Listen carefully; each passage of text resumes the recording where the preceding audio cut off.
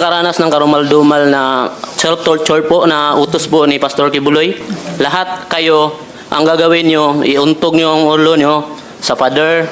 Hindi kayo titigil hanggat hindi kayo hihinto. Hindi nagdurugo. Mari mo bang ikwento ng maiksi kung paano ka naman naabuso? Opo, Madam Chair.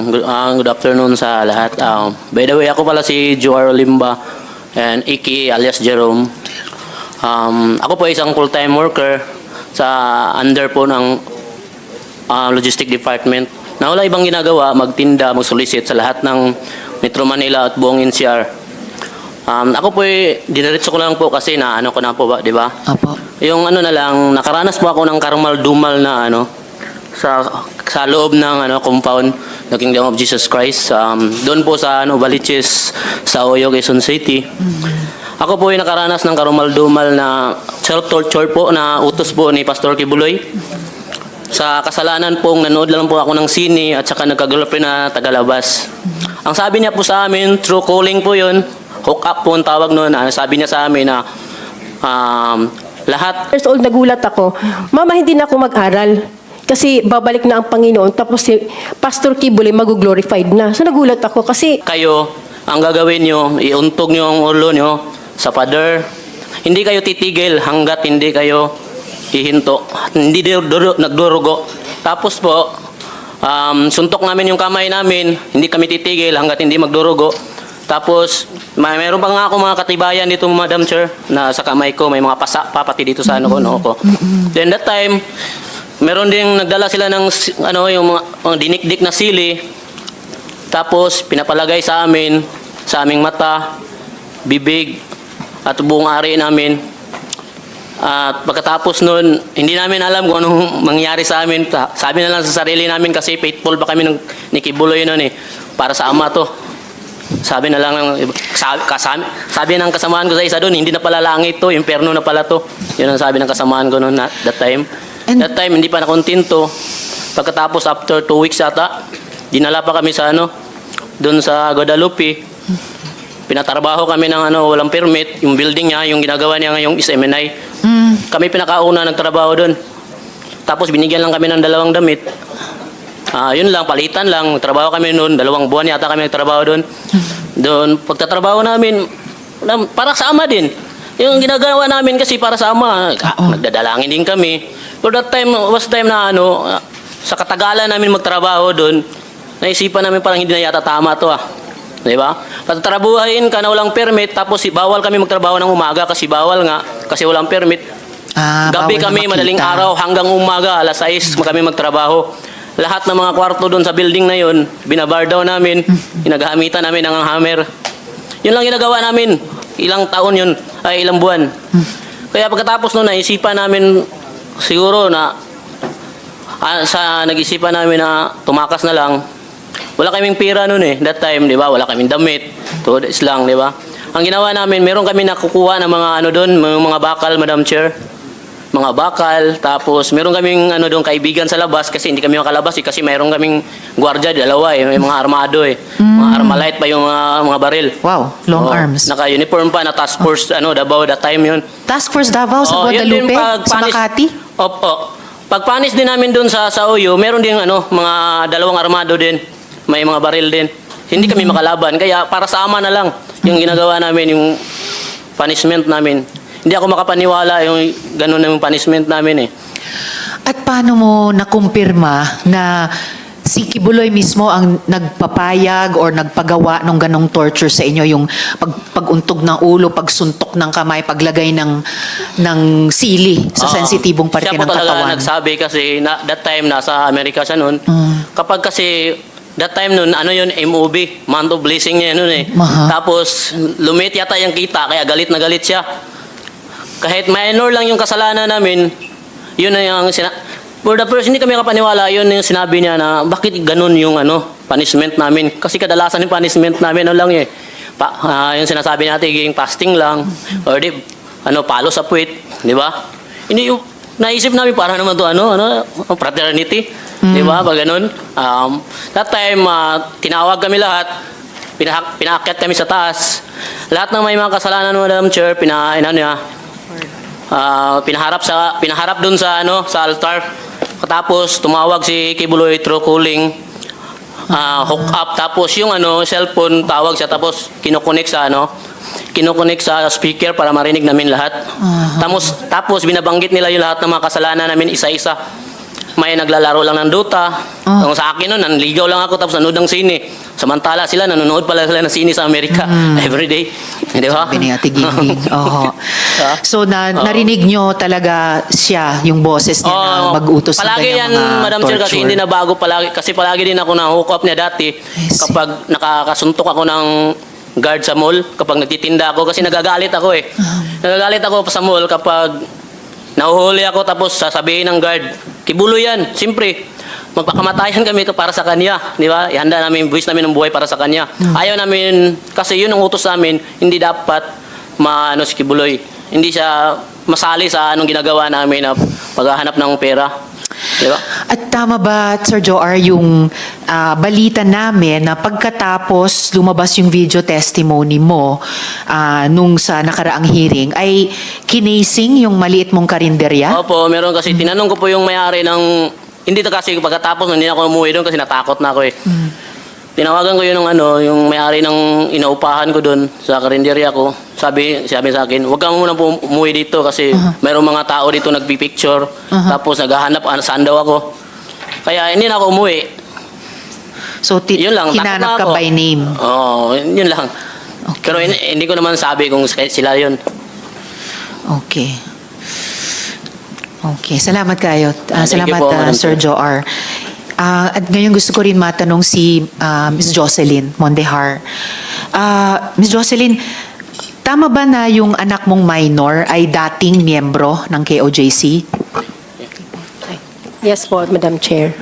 At yung anak niyo po, siya din po ba ay pinalimos ng Yes po. KOJC? Okay. So, bakit mo siya kinuha sa KOJC, yung anak mo? Gusto ko po sana umpisahan yung ano ko. Yes, sige po. Briefly kung maaari. Sige po. Mapagpalang araw sa ating lahat po, no? Gusto ko lang itong i-share, hindi dahil galit ako. Kasi napakabuti ng Diyos sa akin. Ngayon, simula nung nag-withdraw ako ng loyalty, nagpaalam ako sa office ni Mr. Kibuloy dito sa May Angono, KLC. Last year, nagpaalam ako na mag-withdraw ako. Kasi ayoko na magsimba pa dyan or maniwala, magiging patuloy na maging sympathizer kung nagdududa na ako sa kanya. So, nirespeto ko pa rin yung ministry niya. Nagpaalam ako. Tapos yung, dati po akong full-time din, 1993. Katulad din ng iba, ginawa din kami taga-produce ng pera through sa paglilimos sa iba't ibang paraan. Ako, umaakyat ako ng bus, o gamit yung mga iba-ibang association, lahat-lahat na lang ginawa namin. 21 November 25, lumabas ako kasi nagkaroon ako ng ulcer. Kasi 1999, naranasan ko din yung parusan dry fasting. From Cagayan, pinapunta ko ng Davao for dry fasting, 7 days nang hindi ko din alam kung bakit. Wala nang nagsabi. Until now, ko pa yun. Yun ang ko ngayon. Kasi nagkaroon ako ng ulcer nga hanggang ngayon, ko pa rin yan. Yun pa rin ang sakit ko. Tapos, year 2021 April, naimbitahan yung anak ko na 13 years old. Actually, 3 sila. O yung kasama doon yung anak kong 13 years old sa Angono KLC para daw sa preparation for youth camp practice. Tapos, pinayagan ko lang kasi mas gusto ko kasi bilang isang ina, gusto mo mga anak mo mapalapit sa Diyos para hindi mapariwara. So, pinayagan ko. Nagulat ako, dumating yung gabi, yung 2 anak ko na lang ang nakauwi. Yung panganay ko tsaka yung sumunod ko sa bunso. Yung 13 years old ko, hindi nakauwi, hating gabi na. So, wala akong alam. Inano ko yung ministro nila assign kung nasaan. Tinanong ko through chat. Hindi rin niya alam. Tapos nalaman ko na lang sa may kapitbahay ko na member din nila na dinala pala yung anak kong 13 years old sa tinatawag nilang glass house. Itong glass house na to, ito yung dinadalhan nila ng mga young people na nare-recruit nila for training sa logistics, yung pagtitinda. Doon nila dinadala sa glass house. Exclusive yun sa mga young people. Doon nila dinadala. Tapos hindi ko kagad wala akong means of communication sa anak ko kasi wala naman siyang cellphone. Tapos after 3 days, sa pangungulit ko doon sa ministro nila, nakausapin ko yung anak ko. Nakausap ko siya sa cellphone through sa youth leader na na-assign si Rima Fauni, yan. Tapos yun na nakausap ko siya, bigla akong nagulat dahil ang nag-iba yung salita niya. For a 13 years old, nagulat ako. Mama, hindi na ako mag-aral. Kasi babalik na ang Panginoon. Tapos si Pastor Kibuloy mag-glorified na. So nagulat ako kasi bagong member lang yung 13 years old ko at that time. Masipag yun mag-aral. Talagang sobrang sipag niya mag-aral. Nagulat ako, ganun na ang salita niya. Dito, sabi ko, anak, ganito yan kasi dati akong worker dyan so alam ko. Kahit pa mag-glorified si Pastor Kibuloy or bumalik ang Panginoon, magpatuloy ang mundo, hindi totoong matunaw ang mundo. Kailangan mong mag-aral kasi yun ang tama dahil minor ka. Tapos hanggang sa hindi ito na yun, ito na yung ito na yung gusto ko. Magtinda na lang habang buhay para sa anak, para kay Pastor Kibuloy, kay gusto daw niya makarating sa 7th heaven. So, ibig sabihin, sabi ko, Nak, mayroon nagsabi sa'yo, kasi hindi mo alam yan bakit mo masabi, 13 years old ka lang, new convert ka lang. So, mayroon nagsabi sa'yo niyan. Ayaw niyang aminin. Tapos sabi niya, Mama, lagi kong ini-insist sa kanya, Madam Chair, na, anak, mag-aral ka, sige, kung gusto mo dyan, maglingkod ka dyan, maging alay ka ng buhay mo kay Pastor, through Pastor Kibuloy, mag-aral ka talaga. Ang sabi niya, pinaka-worst na, sinabi ng isang anak sa isang ina, Mama, hindi naman talaga kayo ang tunay na may-ari ng buhay namin. Ginamit lang kayong instrumento ng Diyos para mailuwal kami. Pero ang nagmamay-ari sa amin si Pastor Kibuloy, ang anak ng Diyos. Sabi ko, sabihin mo, kasi pupuntahan ko yung sinong nagsabi sa'yo, ayaw niya talagang sabihin. Tapos,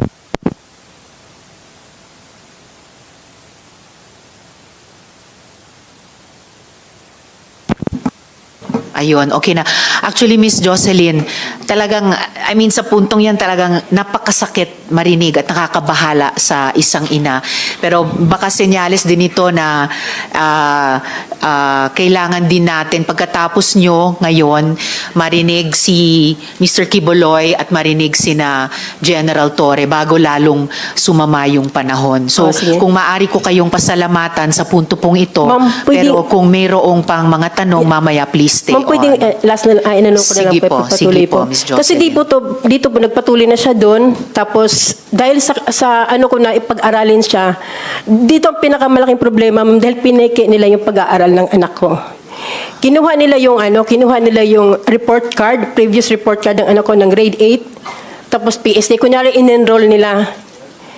Pero sa isip ko bilang isang ina, paano ang isang bata nakakapag-aral ng mula umaga hanggang gabi, madaling araw, nagtitinda ng otap. Di ba hindi hindi dapat? Paano makapag-aral isang bata? 13 years old lang yung anak ko. May sakit pa siya sa baga kasi mahina ang baga noon. Lagi kong sinasabihin, may sakit sa baga ang anak ko. Tapos ma'am, nung time na sinasabi nila na ini-insist ng youth leader na nag-aaral yan te. Ito yung Rima Fauni. Opo. Pati yung dalawa yan sila, ma'am, si Carla Guillermo. Oo. Okay. Tapos ma'am, nagpatulong ako sa teacher niya dati, grade 7. Ma'am, pakitrace kung talagang ba na-enroll ang anak ko. So, sabi ng teacher niya, ma'am, kahit saang school, wala siyang makitang pangalan ng anak mo naka-enroll. Pero sinabi niya naka-enroll. Tapos nung time na nalaman ko yun, ma'am, pinagpursige ako. Sabi ko, pupuntahan ko yung hideout nyo kasama ang DSWD at DepEd. May kausap na ako. Siguro sa takot nila, mama, iskandalo, hinatid nila yung anak ko sa bahay. Ay, So pagdating, ma'am, pagdating nun sa amin na, to make the story short, nakauwi ang anak ko dahil siguro napilitan mabuti. sila. Pag-enroll ko, ma'am, ng grade 9, sinubukan ko i-enroll ulit sa grade 9. Kahit sinasabi nila na na-enroll sa grade 9, sinubukan kong i-enroll sa grade 9 para makita ko kung anong reaksyon ng bata. Kasi kung totoo nag-aral siya, niya ako, mama, hindi. Kasi nag-enroll na ako doon, nag-aral ako. Wala siyang kahit anong reaction, ma'am. So, na-confirm ko na hindi talaga siya nag-aral. Okay. Tapos Salamat, isa pa, Miss ma'am. Jocelyn. Pinatanong ko po sa teacher, pina-interview ko, ma'am, siya sa teacher. Kung nag-aral ka, sino ang teacher mo, kung online man, o sino ang principal mo sa JMC. Ma'am, Yung Jose wala po Maria siyang College. alam. Wala po siyang alam. Okay. Maraming salamat, Miss Jocelyn. At talagang mabuhay kayo sa pagkuha, no? Yung matagumpay na pagkuha nyo sa anak ninyo. And salamat din sa pagbanggit sa DSW at DepEd dahil mamaya may itatanong din tayong kahit mabilis sa kanila dun sa pag-rehabilitate ng mga bata na kinuha na ng magulang o ng gobyerno sa KOJC kaugnay ng moving forward natin mula sa itong napakarami at matitinding problemang naiimbestigahan natin dito. Maraming salamat, Miss Jocelyn. Paki-stay Yes, po. on sa hearing natin in case Yes, po. may iba pang mga kaugnay na Yes, po. tanong. Maraming salamat.